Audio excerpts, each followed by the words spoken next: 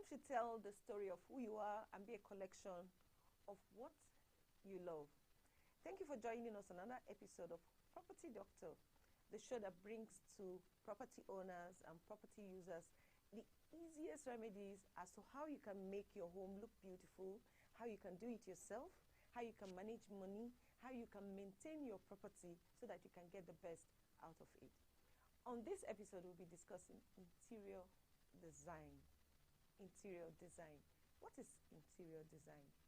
Interior design is, generally speaking, the art and science of enhancing the interior of a building to achieve a healthier and more aesthetically pleasing environment for the people using the space. In simple terms, maybe beautifying your home or arranging your home, the space and what you need in the home to make it beautiful. We are approaching December 2020, and you know this year has been a year filled with a lot of turbulence. We had a lot of things. We experienced a new normal in the whole world.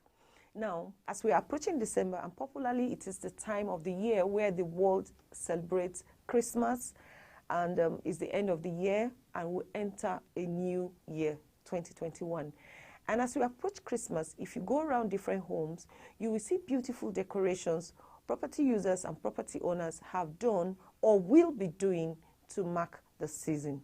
So to further in this conversation, I have with me in the show today an expert in interior design. He's going to teach us some of the best ways we can beautify our homes, our spaces, colors, to manage what we have and to get the best in our homes. So with me on this show today, I have Builder John Ugochukwu. Builder John, you're welcome. Thank you for having me here. So thank you for coming to the show. So what is interior design? Well, in clear terms, interior design is actually a branch of science and arts that deals with understanding human behavior, because you need to understand human behavior before you can adopt a strategy or provide a suitable space for that individual or for a person. So you need to understand human behavior and the application of this understanding in order to create an effective and functional space. Okay, understanding human behavior as to what they want, as to the person's temperament or circumstances, or generally, what do you mean? Well, it goes beyond that. Okay. Because first, the designer needs to understand ergonometrics, which is actually understanding sizes and shapes of human body. Okay. So all those affect interior design? Yes, all these they constitute part of the plan that the interior designer puts in place before creating a space. Okay. It goes beyond that. Before the client's requirements, the interior designer ought to know that the minimum space for a human being should not be less than 600 for him to be able to have an effective walk around. So 600 what? 600 mm. 600 mm. That's 600 millimeter. Yes. Squared? No, just 600 millimeter width. Okay. For a human being to squeeze he or herself through. But we create allowances of extra 150 on both sides. That's 900. So if you have a room, the least width of a door should be 900. Okay. Or else you will have problem passing through that door, irrespective of the size of a human being. Okay, so usually let's use the size of the door to take this measurement that we're talking about, because some people don't even know what 600 mm is. So if you know the normal size of the door, the normal size of a door should be between 850 to 900. That is just one leaf door. So what is the difference between interior design and interior decoration? Well, interior design is deeper. It considers way deeper options than just interior decoration. Interior decoration is more or less like playing with interior or decorative elements. Okay. You you're already given a space, you begin to choose color, you begin to choose where to put your light and so on. But in interior design, you plan before you start working. Okay, that is the planning of what you want to do. That is the interior design. You have to plan it the way an architect plans a building before the actual construction. Okay. So who does interior design? Interior designs are usually done by professionals who are trained in interior design as a course. Okay. Or people who take further courses after graduation in interior design. Usually people with best advantages are people who studied the School of Environmental, like architecture, building, quantity surveying, estate surveying, even in the School of Engineering, like civil engineering. Okay. They always have better options. Although people who studied fine arts, they can also cope with interior design. Yes. Okay. Yes. So what are the elements of interior design? Well, the elements of interior design are actually some of those ingredients that will help an interior designer to make an effective decision in planning a space. Some of those elements are, you have your color, you have your space, you have value. They are quite numerous.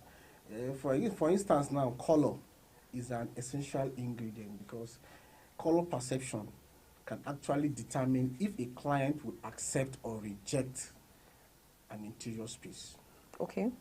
Beyond that, now is it the interior designer that is going to suggest the color, or is it the client that will suggest the kind of color that is going to use in that particular area? There are some areas where a client cannot decide the color. Take for instance, if a professional is given a job to design an ICU, to plan, that's intensive care unit in a hospital. There are predefined colors that must be used, which a client cannot decide the color. It's the design that will decide what color that should be suitable. So he has limited option about color options there. But for an interior space, probably a building, a client can actually propose range of colors that he likes. Yes, and then the professional will now have to decide which methodology will be approached in order to blend these colors together so that there will be harmony. Okay, so it doesn't look too odd or too contrast. No, actually, so that the colors do not look too individualistic, whereby you have so many beautiful colors, but they don't speak in one voice. Oh, okay. You understand? Yep. So when you have too many shouty colors and each of them exhibit individual brilliance, but they don't serve a whole. As in harmony. Unity. Okay. Yes. Now, can you give me a sample of this kind of colors that may not work properly in case somebody wants to do it by himself at home? Well, I can't imagine someone painting red, green, yellow, and black all together in his living room. You can imagine the psychology, the effect it will have on people once they visit that. They begin to have the impression that this might be a bit spiritual or something. They get scared, you know. Yeah. And if you make red the dominant color in a dwelling, probably in a living room, or it's usually a bit scary, or black, you make it a dominant color. Yeah. Most of these colors are usually used as accent. Okay. They don't dominate. Okay. So for people who start interiors, who are new in interior design, they are usually encouraged to work with shade of colors. Shade of colors. Okay, now you know you've been talking about colors. What about the space? You mentioned something about the space earlier on. Yes. What about the space? How do you design a space with respect to the size and the height? Well, the design of a space is a function to the use. Okay. An interior designer cannot just design a space in arbitrary. A client will have to tell the designer, I want to use this space for probably a grocery store, or an aquarium, or a school. So there are color schemes that usually guide an interior designer about colors that should be suitable for a particular space. Beyond that, there are other interior elements that you also need to work with, like lights. There are some areas where you need accent lighting. There are some areas where you need task lighting. Accent lighting are lighting that usually you want to use to draw attention to certain focal points. It could be a wall hung, probably painting. It could be a picture, a framed picture, or something that you feel anyone that enters the space should. You want to draw the attention of that person to that particular thing. Yes. Or maybe a pathway or something. Yes. Okay. So now, how cheap, we've been talking about interior design. How cheap do you think we can get interior design done? Is it cheap? Well, they say nothing good comes easy, and good things don't come too cheap. So cheap is a relative term. It depends on whom is defining the term cheap. But on the average, I will say it's cheap because it saves you from a lot of headache. Okay. You get to see the final product before the construction. All right. So you make all the decisions. It's not like by the time they finish one part, you're like, I don't like it again. Then you have to pay extra. Okay. You see the clear picture of what you want. Because by the time you're changing, you are also wasting some money, and it costs a lot. Now, thank you for the enlightenment. And I know our viewers are watching and are learning. Let's go ahead and go on a short break. And when we return, we will continue with this conversation with Builder John. And I believe you still have one or two things to tell us before we end the show today. Sure. All right. We'll be right back.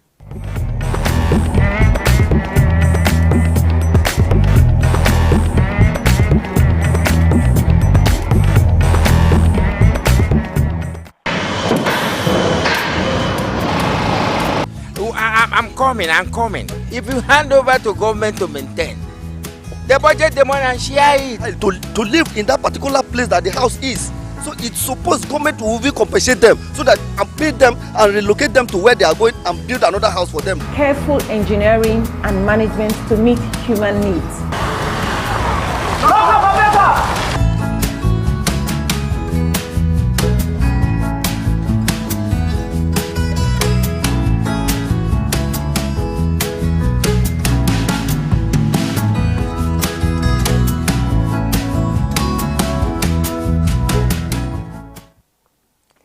Welcome back. If you're joining us for the first time, you're watching Property.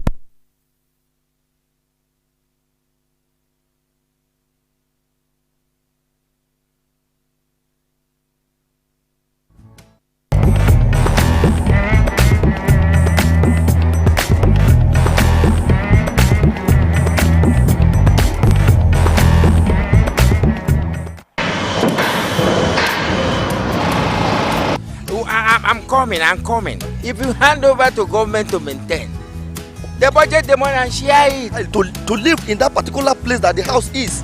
So it's supposed government will compensate them so that and pay them and relocate them to where they are going and build another house for them. Careful engineering and management to meet human needs.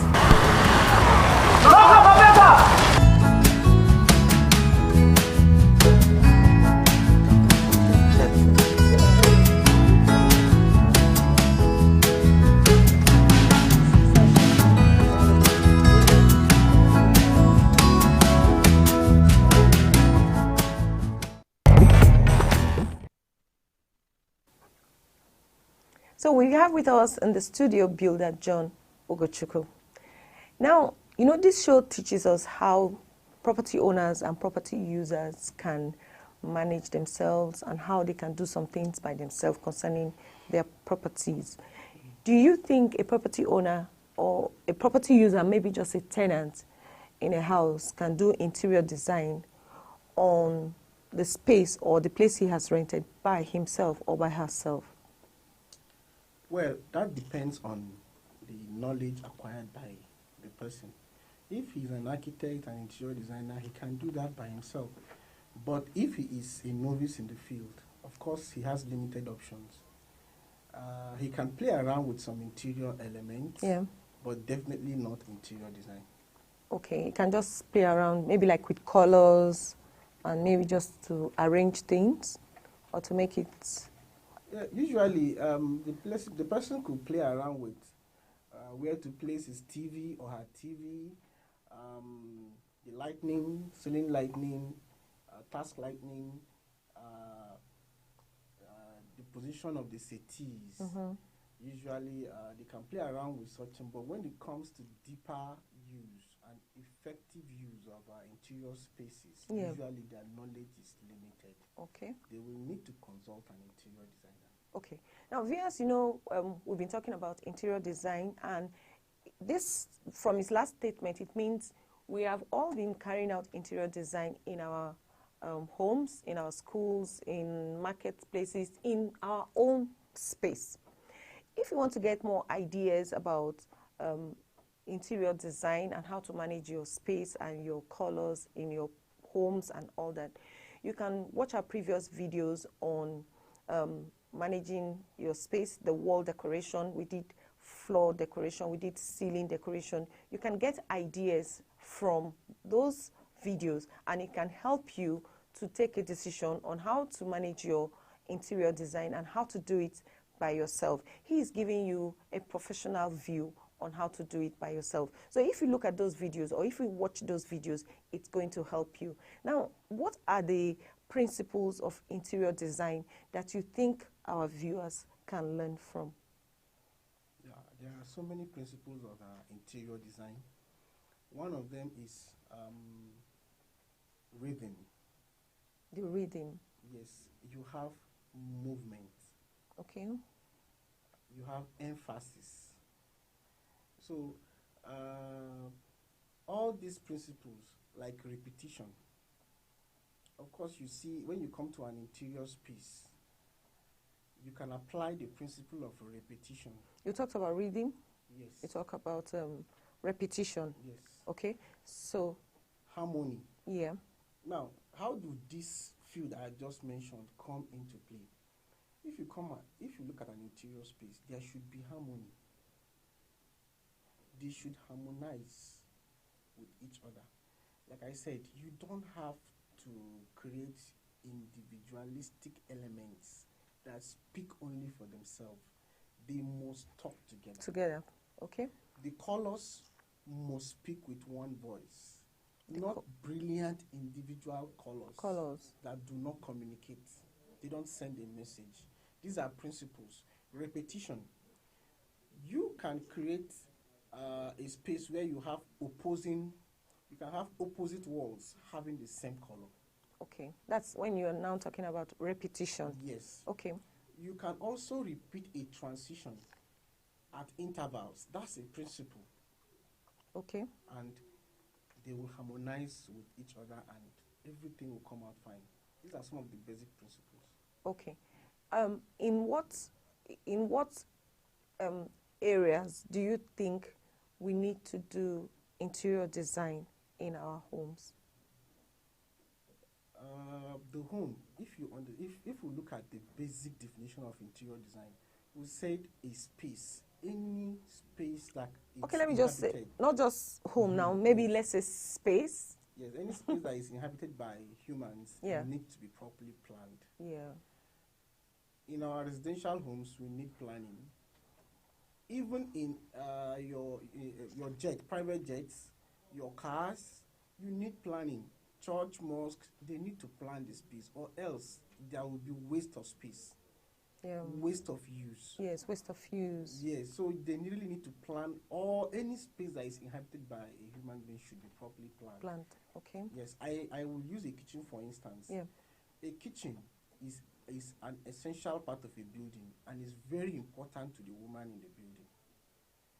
It's very, very important to her because that's where she exercises some of her little imaginations. It's not just the women in the yes, building. But to the kitchen, to the person using the kitchen.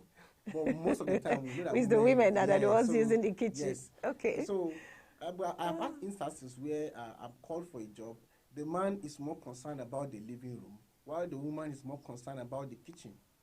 So when friends come, she takes the woman of the house, takes the friends to the kitchen. That's where they do most of their things, while the man does most of his business in the living room. Yeah. He tries to showcase his parlor, his dining, his speakers, TV, everything. The woofer. He tries to tell you that his woofer is better than his own because of the positioning. The sound comes out better. So in the kitchen, it needs to be properly planned because there are 3 basic ingredients in the kitchen. Okay. You have the wash hand basin, you have your fridge or deep freezer, and then you have your cooker. Yeah. Anybody using the kitchen will juggle around these 3 things together. And if they are too far apart, it becomes a problem. The user gets tired. Yeah. If they are too close, it becomes too clumsy, and there will be quarrels. Yeah. If you have more than one person using that kitchen, there will be confusion. Okay. So these are some of the basic ingredients. Thank you for that tip because it's very, very important. Now, what kind of colors? You were talking about colors earlier on. What kind of colors do you think we can mix together to get a good design in our homes? Well, for colors, usually beginners have a tough time making color decisions because even among professionals, it takes years for us to be able to blend in with colors. Yeah. But usually a starting point is to work with shades. How do I mean shades? You can have black, lighter shade of black, and then you tend to move towards ash. Gray? Yes, like that. So when you look at these colors, for example, if you are going to paint a wall with 2 colors, one wall with 2 colors, one at the lower end of the wall, while the other color at the higher end, for instance, like most people do, you should use the thicker or the darker shade. At the lower? Yes, because it creates the impression that the darker shade, which is stronger, is carrying the lighter one. Okay. You don't paint black on your ceiling. Yeah. It gives you the impression that the ceiling is too heavy and it might just collapse on the person, whoever is in that space. So if you paint your ceiling black, if you're and a user is around that space, you keep seeing him looking at the ceiling because it gets the impression that it will collapse on him, that is heavy. Before this interview, yes, I always thought that when the darker colors are below and the lighter colors are up, I was thinking maybe it's because they feel hands will touch those colors and make those places dirty. I didn't know it was looking at it with respect to weight. So that is a good information I just learned now. But before we go, as an expert in interior design, what is your advice to property owners and property users that are planning to beautify their homes this Christmas period? You really mentioned something about planning. Yes. Now, what is your advice to them? How do they plan? Well, first thing first, I would advise them to get a professional, sit with the professional, let him or her give you the options that are available and then the prices, because definitely you have to work with your budget. You don't have to leave any stone unturned. They will propose assorted designs, you make option, and then you work with your budget. Yeah. Don't patronize quacks. Okay. What role, one last question before we go. What role does lighting play in interior design? Is it just to give a focal point, like you mentioned earlier, or is there any other thing that lighting can do to help in interior design? Yes, we need light. It's very, very important. You need light to see first and foremost. You need to see. You need light for vision because it's the reflection of white light that gives us perception of colors. Yeah. Without white light, we can't see anything. So beyond that, you need light as task lighting. You also need light as accent lighting. So those accent lighting, they are not the major light that you need, or you just need them around. Sometimes you need to on them to draw attention to some places. Okay. Like the one that is raining now, usually people have LED lights behind their TV. Okay. Yes, LED light behind their TV. Some can create. When you say LED, low emission display, low energy. Low energy. Yes. Yeah. So they have these lights usually in the ceilings too. One, these lights do not emit heat. Yeah. They do not constitute a big hole in your energy bill. They are usually. But you will still spend some money on powering them. Yeah, you will spend some money, but the cost is usually negligible. Okay. Compared to other type of lighting. Okay. And at the same time, they do the job of exactly what the interior designer wants them to use. Okay. I hope you have all learned something on this episode. As we approach this season, I mean the Christmas season, the end of year and the New Year season, interior design in your home will go a long way in adding color to the season and for you to even start the year 2021. Thank you, Builder John, for being with us on the show today. Thank you. I learned something from the show today. Thank you for the insights you have given to us. It was worth the while. Thank you for joining us on today's episode. If you haven't subscribed to our YouTube channel, please kindly do so now. Don't wait till the next minute, right now. Also follow us on Facebook at Property Doctor NG, on Instagram on Property Doctor NG, and on Twitter at Property Doc NG. Make sure you join us on our next week, Tuesday. We have another interesting episode that we'll be sharing with you, and we'll be discussing some things, and I'm sure you will learn something in that particular episode. Have a great week ahead, and God bless you. Bye.